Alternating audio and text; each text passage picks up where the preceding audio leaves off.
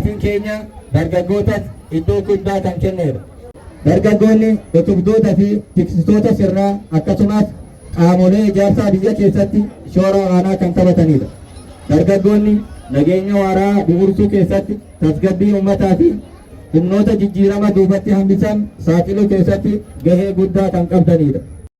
Adeemsa filannoo dimokiraatawaa haqa qabeessa bilisaa fi nagaa akka ta'uuf filannoo dura guyyaa filannoo fi filannoo boodas gahee keessan akka taphattan dhaamsa koo dabarsaa.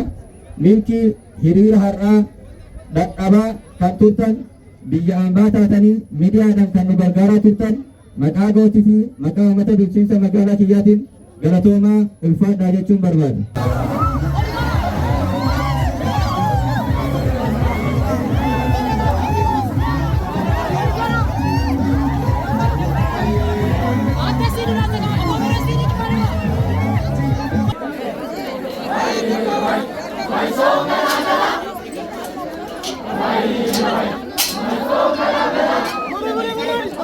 Vai,